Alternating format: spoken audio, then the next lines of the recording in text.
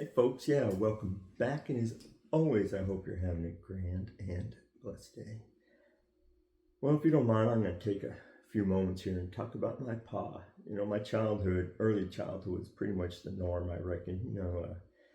Good relationship with them, fishing, hunting, child slave labor. It was well. But as I became a teenager, let's just say I became a little rambunctious or rebellious, which is kind of funny because his nickname when he was my age and was called Windy. And it wasn't like Wendy's burger type name. It was because of the wind. He's always getting in the shit and flying around like the wind. But so like father, like son, I guess.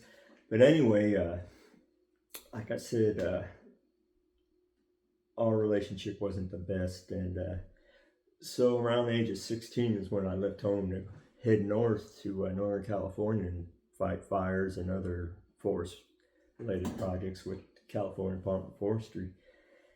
And man, it was one of the best moves I ever did. And I think my pa was probably one of his happiest moments in the last 16 years when he signed away the guardianship paperwork or form so I could be under control of the state there, I guess, So yeah, he was happy about that. So let's fast forward about, I don't know how many years, but let's just say a good amount. I was in Arlington, Tejas, my last duty station in the military, and my pa called me and he told me about how he had cancer and some other heart issues, and he was not happy at all with the LA VA. They weren't really taking care of him. So I went and I talked to the Dallas VA and told them the situation. They said, man, sure, bring him on down. We'll take care of him. So I told my pa, and he didn't have nothing to lose. He was divorced. His longtime girlfriend passed maybe 2 years prior. So he loaded up the truck and he moved to Beverly. No, he loaded up his car with what possessions he had, and he headed on out to Tejas. About a 3 or 4 day road trip, so that took a toll. Anyway, when he arrived at my doorstep, one of the first things I told him, I said, Pa, I love you, but if you keep smoking, you're going to have to find somewhere else to live. Otherwise, I'm going to take care of you and hopefully get everything straight. And I tell you what, within 2 days, he quit smoking cold turkey, So he lasted about 3 years till he passed. I took him through chemo and other various treatments. But the bond we developed was just so strong, because besides it being father and son, we actually had time to talk about a lot of stuff, his childhood, he knew mine, of course, and just getting to know each other. Plus, because I was taking care of him, I had to give him shots and other implements of destruction type things there, But we really bonded and had a good relationship going. And so sometimes out of death does come good, Those 3 years are probably, it was just our best time together as far as bonding was concerned, and we definitely needed it.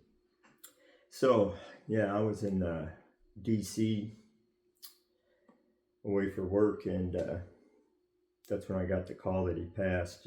We had him in hospice already. He was supposed to have had maybe a month left. Well, that didn't pan out.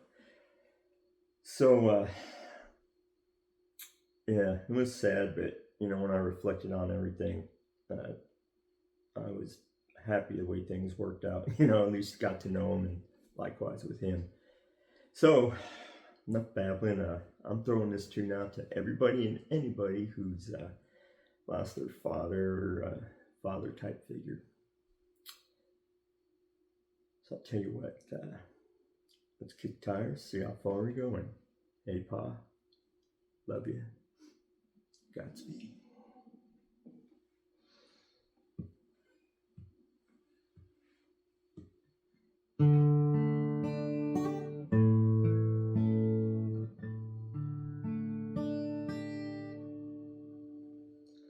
Daddy doesn't pray anymore. 'cause he's finished talking to the Lord. He used to fold his hands and bow his head down to the floor. Daddy doesn't pray anymore. I remember even when the times were bad, and he thanked Jesus for everything he had. A good wife and 3 children, with food upon our plates. Yeah, everything was right when he said grace. Daddy doesn't pray anymore, 'cause he's finished talking to the Lord. He used to fold his hands and bow his head down to the floor. Daddy doesn't pray anymore. There was a time when we didn't get along, 'cause I thought I was right and he was wrong. But still when I laid down, I'd hear him get down on his knees and say a little prayer for me. Daddy doesn't pray anymore, 'cause he's finished talking to the Lord. He used to fold his hands and bow his head down to the floor. Daddy doesn't pray anymore. Let's bow our heads.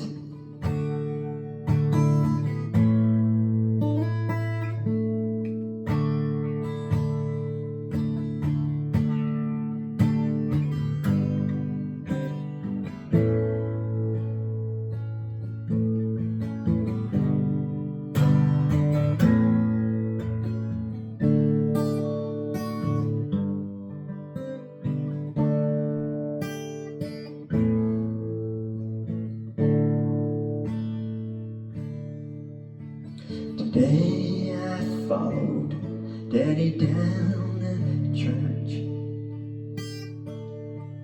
and listened to the preacher read God's words, and we sang his favorite hymn, but Daddy didn't make a sound. This afternoon we'll lay him in the ground. Daddy doesn't pray anymore, because he's finally walking with the Lord. He used to fold his hands and now his head down to the floor. Daddy doesn't